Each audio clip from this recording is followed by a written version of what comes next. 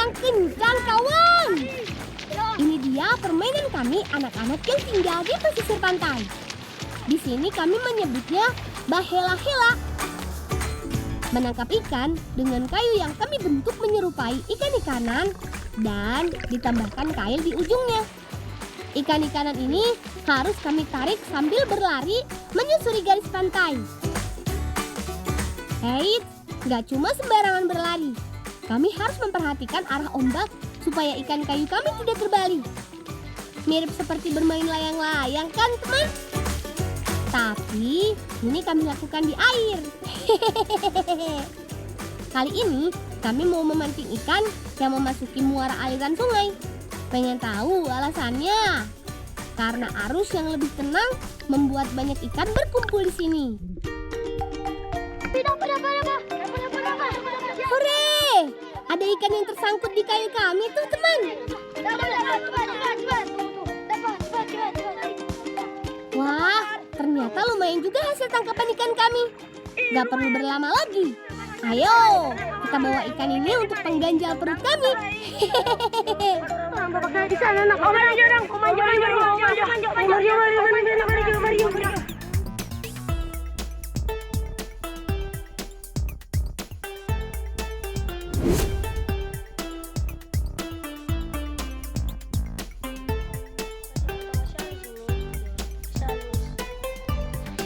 Kali ini kami mau memasak ikannya dengan menggunakan alas dari batu, teman.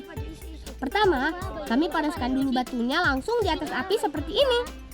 Sembari menunggu batunya panas, Dirga dan Faiz membuat sambalnya dulu nih, teman.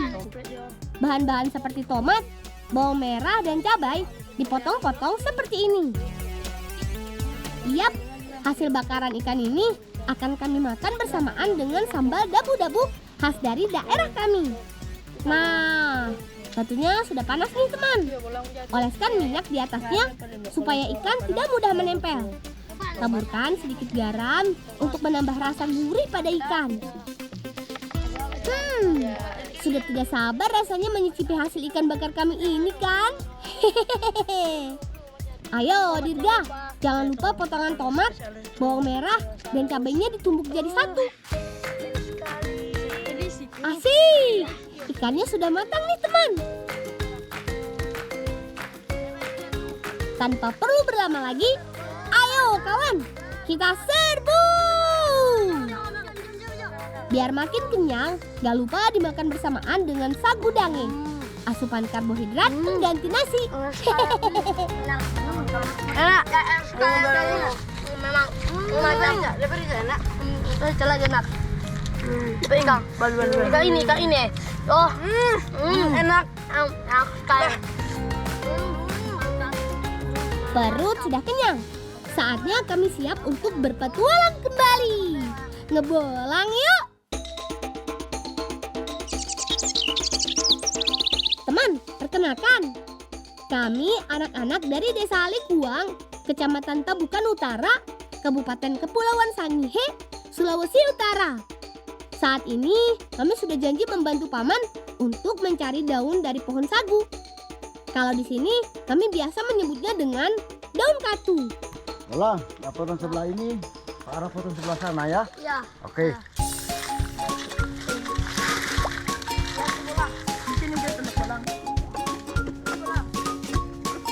Untuk mempermudah mengambil daunnya, kami harus sekalian menebang batang pohon sagu ini dulu, teman.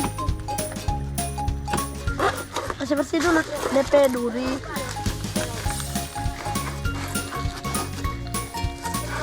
Baru deh, potong bagian daun seperti ini, lalu kumpulkan ya, teman.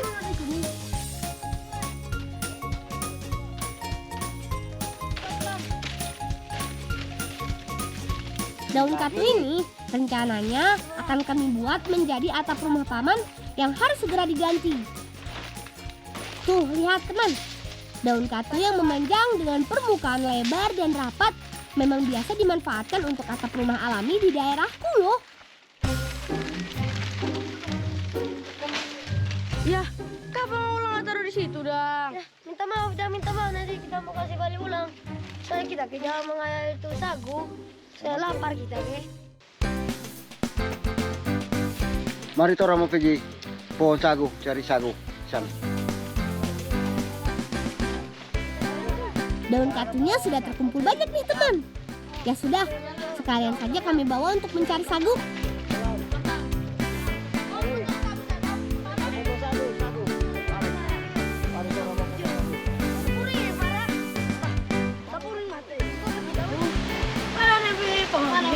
Oh, yang mana Pak? Yang mau tebang Pak? Mau potong Pak? Itu yang dipotong. Oh, Oke. sana. Coba deh potong. Nah, kebetulan sekali ada paman yang sedang ingin menebang pohon sagu. Ini dia pohon sagu baru. Salah satu jenis pohon sagu yang tumbuh subur di wilayah Kepulauan Sangihe. Selain umbi-umbian, masyarakat setempat sudah biasa mengolahnya menjadi makanan utama. Sebelum ditebang, Paman Udin perlu memasang tali di bagian atas batang pohon sagu baru dulu nih teman. Udin, hati-hati mau tolong Om Udin. Ya. Baru deh, tebang bagian bawah batang pohon seperti ini. Ayo kawan, tarik talinya supaya tumbangnya terarah dan tidak mengenai daerah yang berbahaya. Awas, pohon sagunya segera tumbang tuh. Dan hore, berhasil. Supaya mudah dibawa ke lokasi pembuatan sagu, potong dan belah batang pohon seperti ini. Yap, bagian dalam batang berwarna putih inilah yang nantinya diambil dan dimanfaatkan menjadi tepung sagu. Ayo kawan, sekarang kita bawa ke tempat pembuatan sagunya. Ada jawab baik.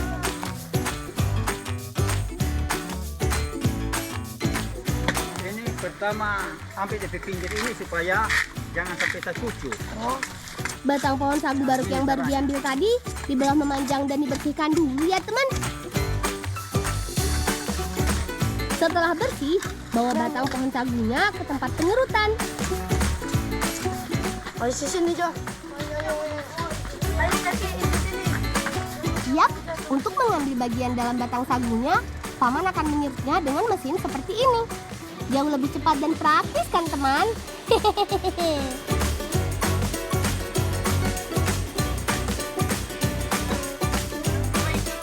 Ayo kawan, hasil parutan kemudian dialirkan ke tempat perendaman. Sambil diberi air, hasil parutan diperas sekaligus disaring ya teman. Jadi hanya menyisakan larutan sari pati sagu yang bakal diendapkan dalam bak penampungan. Dan ini dia hasil endapan sagunya teman. Endapan sagu yang masih basah langsung diangkat dan ditampung ke dalam keranjang seperti ini. Untuk dijadikan tepung, sagu basah seperti ini perlu dikeringkan dulu. Bolang ini mau dibawa ke sana, mau bikin sagu. Iya, Mak, iya. Iya. Madang.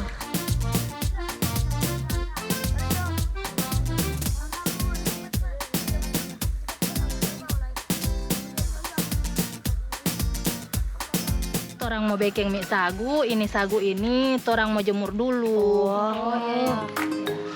Sagu jadi tepung sagu. Siap, sagu basah yang kami bawa ini harus dijemur di bawah terik matahari sampai mengering dan menjadi tepung sagu dulu teman. Ayo kawan, tepung sagu yang sudah kering selanjutnya tinggal dibawa ke tempat pembuatan mie sagunya. Pertama, tepung sagu dicampur dengan air menggunakan mesin pengaduk ini teman. Setelah tercampur jadi satu, kukus adonan sagu selama 30 menit.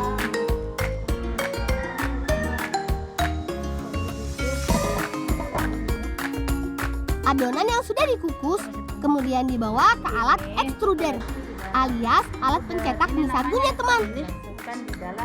Dengan alat ini, adonan bakal dipadatkan dan didorong keluar menghasilkan bentukan memanjang. Jadi mirip seperti mie kan? Tinggal dijemur di bawah terik matahari sampai benar-benar mengering. Mie sagu yang sudah kering bakal lebih awet untuk disimpan sebelum diolah menjadi santapan. Ini bolang buat bawa pulang. Kan saya sudah ambil mau produksi, bantu Pak Ibu. Iya betul ini. Iya sekali. Asik, kami diberi hadiah mie sagu teman. bawa ke tempat Paman Udin. Sekalian kita lanjutkan membantu memperbaiki atap rumahnya. Kami harus membantu Paman Udin kembali menganyam daun katu, alias daun pohon sagu, untuk dijadikan atap rumah. Guys, pukul semuanya. Oh iya. Pertama, daun diluruskan dengan kaki.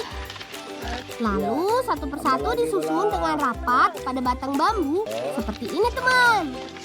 Daun diselipkan lalu ditekuk pada batang bambu supaya tidak mudah terlepas. Setelah tersusun rapi, baru deh terakhir diikat lagi dengan tali pohon.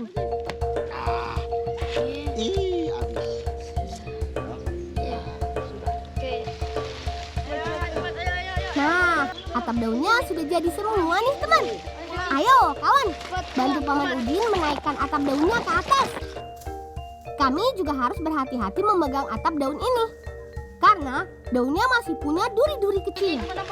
Oh iya, atap dari daun ini bisa bertahan sampai bertahun-tahun loh teman. Selain tahan air, atap daun seperti ini membuat hawa di dalam rumah menjadi lebih adem dari teriknya sengatan sinar matahari loh. Jadi, suasana di dalam rumah lebih semriwing. Gak perlu AC deh.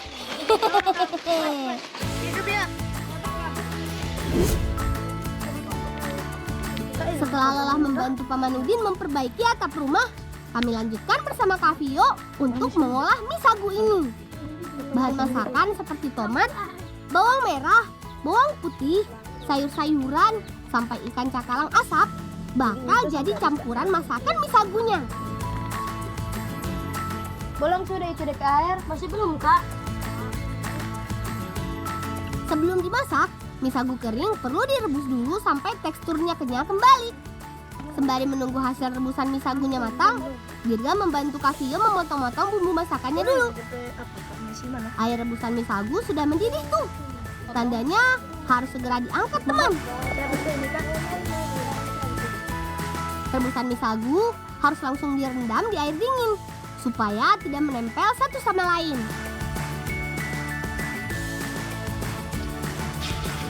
Sekarang saatnya kita tumis bumbunya dulu ya teman. Gak lupa suiran ikan cakalang juga ikut ditumis. Kak, sudah itu, ya kita lapar ini. Mau makan baju kita ini. Sabar ya Faiz, sebentar lagi kok. Bau sudah tercium harum. Tandanya harus segera ditambahkan air. Bila sudah mendidih, tinggal masukkan deh sayuran seperti wortel, kaisim, dan kubis. Tunggu sampai mendidih. Dan tinggal campurkan jadi satu ke dalam mangkok bersamaan dengan mie sagu tadi. Ini dia, masakan mie sagu ala kami si Bolang sudah jadi deh. Ayo teman, sudah saatnya kami mengisi perut supaya kembali bertenaga.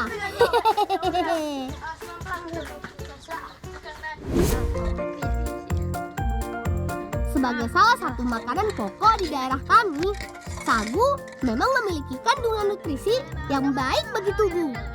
Sagu mengandung karbohidrat. Cocok nih buat mengisi kembali energi kami yang hilang, teman. Kandungan serat pada sagu juga bisa membantu melancarkan pencernaan loh. Sudah enak, manfaatnya untuk kesehatan juga banyak kan?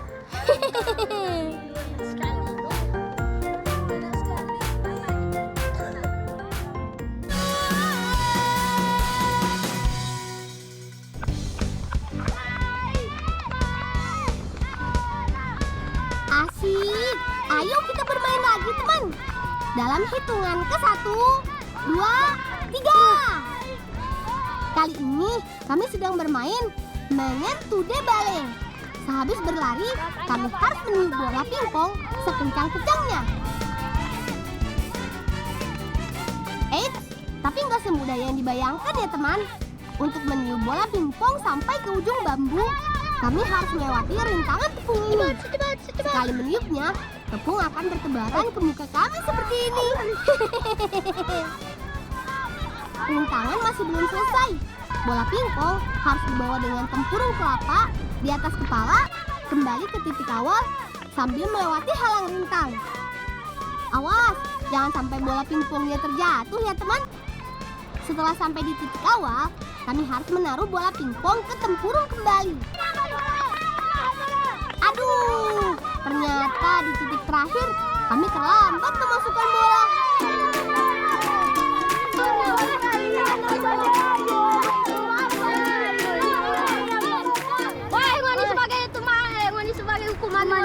Cari kepiting di sana. Iya, tolong cari wae kita.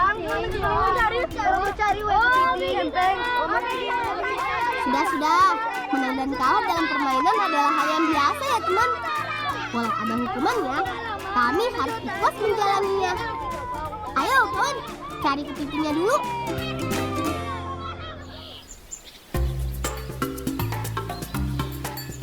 Mumpung laut sedang surut, kami mau mencoba mencari kepiting di sekitaran hutan bakau di sini teman.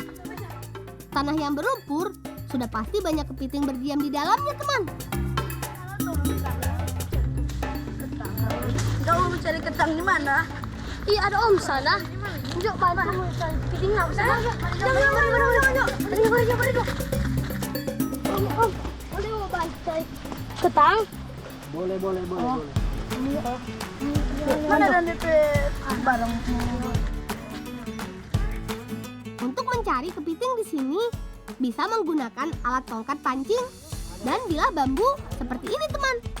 Langsung saja kawan, kita cari kepitingnya dengan melihat satu persatu lubang-lubang yang ada di sini. Dengan memasukkan alat pancing ke dalam lubang, kami bisa merasakan ada atau tidaknya kepiting. Ada di bisi. Cepat. Tunggu. Belum pulang. Besar pulang. Ayo, tarik perlahan kepitingnya dengan tongkat sampai keluar. Tunggu. Awas, hati-hati ya memegangnya. Jangan sampai tercapai. Cepat,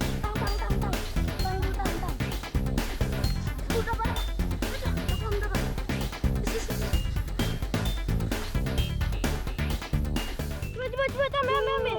Tunggu. Yes, dapat. Yes. Aduh. Wah, Zaki dan Faiz ternyata juga dapat kepitingnya teman. Lang. Dapat yang Ayo, cepat kita kumpulkan bersama paman.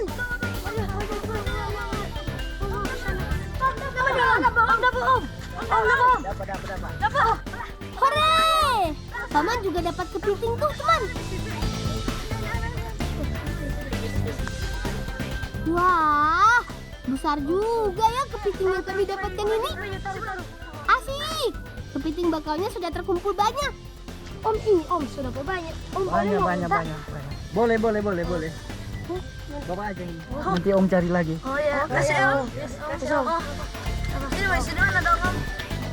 Taruh sini. Oh ya. Nanti Om cari lagi ya.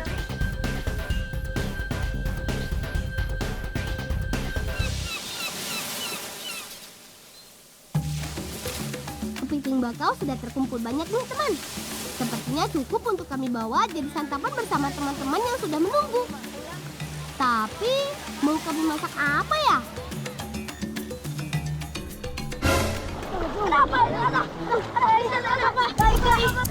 Waduh, kenapa Dirga? Kok tiba-tiba menjadi kesakitan? Seperti yang aku duga, Dirga menginjak bulu babi.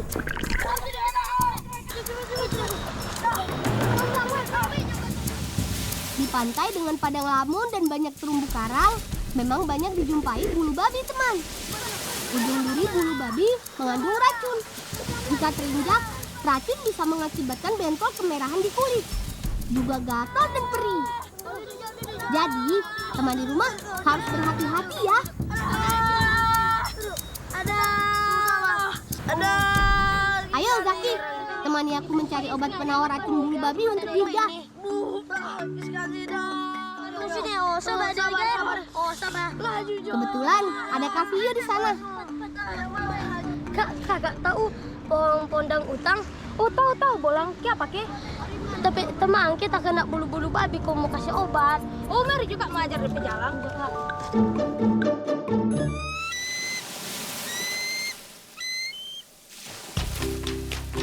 Yap, aku tahu kalau pandan hutan bisa jadi salah satu obat penawar racun bila tersengat bulu babi. Pohon pandan hutan di daerah kami banyak ditemui tidak jauh dari pesisir pantai. Eits, bukan bagian daunnya yang berduri yang kami ambil, tapi bagian pucuk batang pohon pandan hutan inilah yang mau kami gunakan untuk mengobati sengatan bulu babi. Cepat. Sepertinya sudah cukup. Ayo, segera bawa ke Dirga untuk diobati, teman.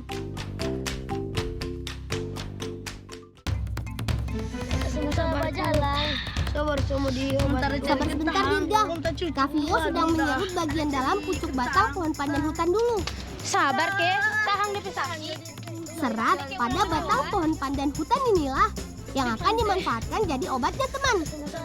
Bolang apa bolang? Mana?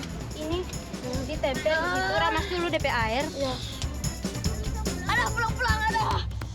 Perasan bagian ini mengandung air yang dipercaya bisa langsung mengurangi rasa sakit dari sengatan bulu babi. Pulang. Gimana, Dirga? Masih terasa sakitnya tidak? Ya, agak mendingan ini. Sudah kasih Nanti kalau sembuh, orang mau makan ini. Itu dari mana? Tadi orang mencari dari pahu, Pak. Oh, bagaimana kalau orang bikin ketang kuah kuning? Mari, Jo. Oh, Yo.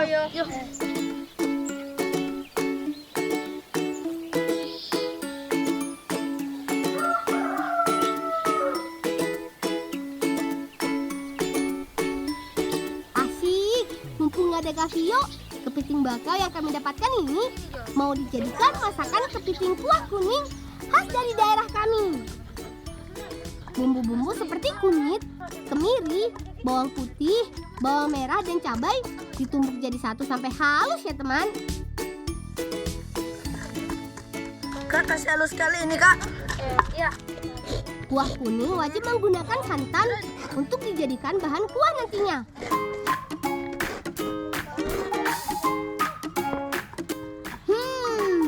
Dijamin rasanya pasti bakalan gurih. Hehehe.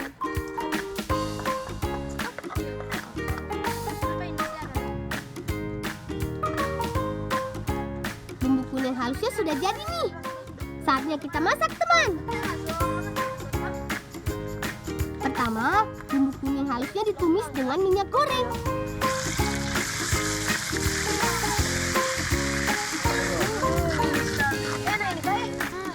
Setelah tercium harum, masukkan potongan daun bawang, daun pandan, juga batang serai. Gak perlu nunggu lama. Langsung kita masukkan kepiting bakaunya yang sudah dibersihkan, supaya tidak ada bau dan rasa lumpur yang tersisa. Hehehe. Cangkang kepiting sudah kemerahan tuh, tanda sudah mulai matang. Langsung saja tuang santannya, teman.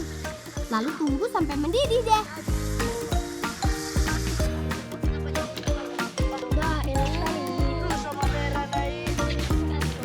Nah, bolangin sama ini bolang. Oh, iya, Kak. Ayo, Kak Vio, segera angkat masakannya.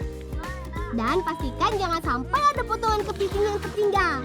Hehehe. Nah, sudah semua, teman. Ayo, segera bawa untuk dimakan bersama kawan-kawan kami yang sudah menunggu. Makan. Mana nih bolang?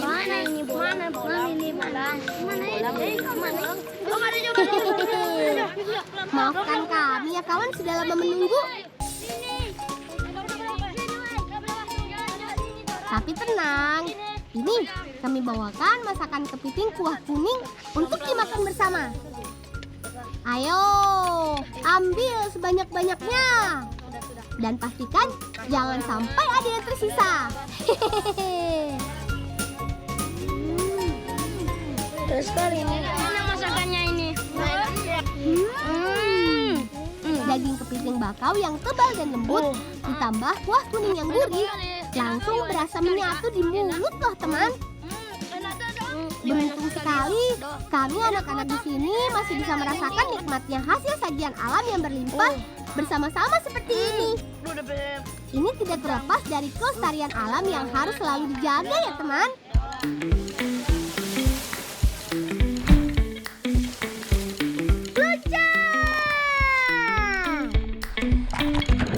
Permainan kami yang satu ini memang sedikit menguji nyali teman.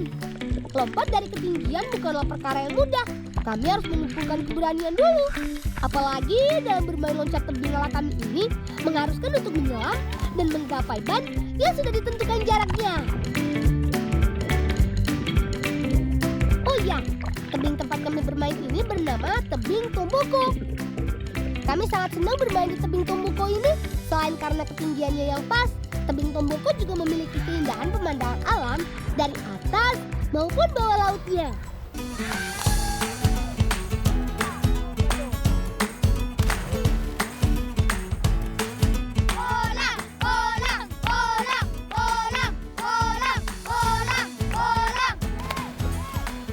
Setelah badan menyentuh air dan menyelam, semua akan terbayar dengan keindahan bawah laut pulau kami.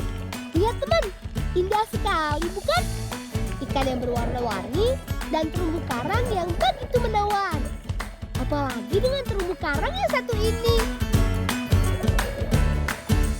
Oh iya teman, pernahkah kalian membayangkan ada meja di dalam laut?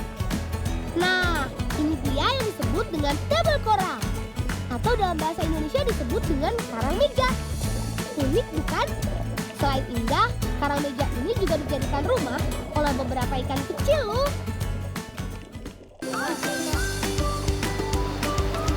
Wih, kebetulan sekali.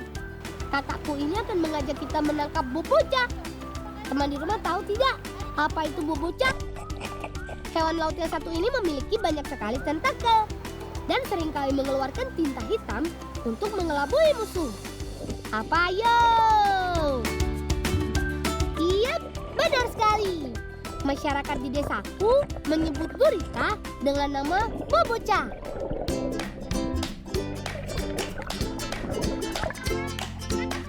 Waduh, jangan sampai kalah kita dengan kakakku. Kali ini kita harus dapat. Semangat! Oh iya, saat mencari gurita, mata kita harus jeli ya teman. Karena gurita suka sekali bersembunyi di balik terumbu karang.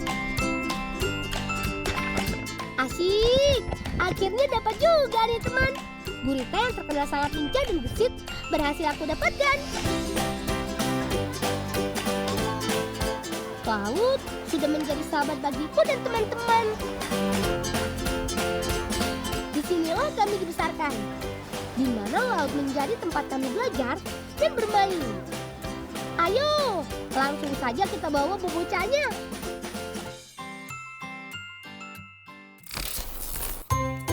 Wah, wah, wah.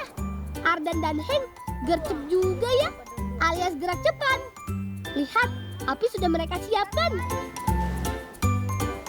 Oke, saatnya kita memasak yuk. Sudah tidak diragukan lagi.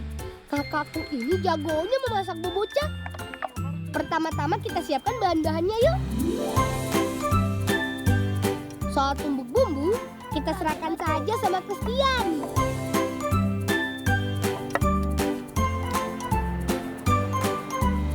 Nah, bagian membersihkan boboca itu tugasku.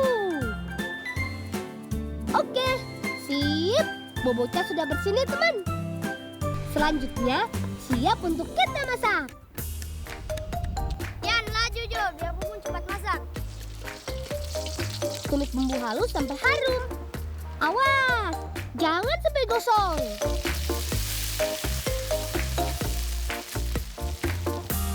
Lalu masukkan boboca, aduk sampai bumbu merata. Kemudian tuangkan santan zapa. Eits, hampir saja ketinggalan. Kita gunakan buah kedondong untuk menambah rasa asam pada masakan ya. Nah, masukkan kedondong saat masakan sudah setengah matang, supaya kedondong tetap terasa segar dan tidak terlalu lembek. Yep, semua bahan sudah masuk. Selanjutnya kita tunggu saja sampai matang.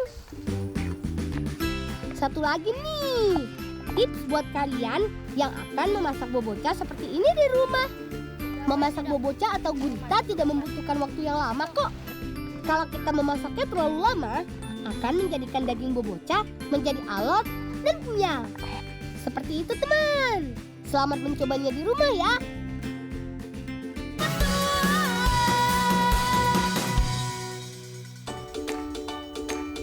Wih, terlihat sangat lezat bukan? Daging boboca yang segar seakan-akan memanggilku untuk segera menyantapnya. Sungguh nikmat sekali. Nah teman, mengkonsumsi boboca atau gurita seperti ini sangat baik loh. Gurita banyak mengandung vitamin dan mineral seperti kalsium, vitamin C, serta omega 3. Omega 3 merupakan nutrisi penting yang dapat mengurangi kemungkinan penyakit jantung. Selain itu, omega 3 memiliki peran penting dalam meningkatkan sistem kekebalan tubuh dan membantu dalam perkembangan otak anak-anak seperti kita ini. Ayo, kita habiskan. Salam cinta anak Indonesia, salam bocah petualang.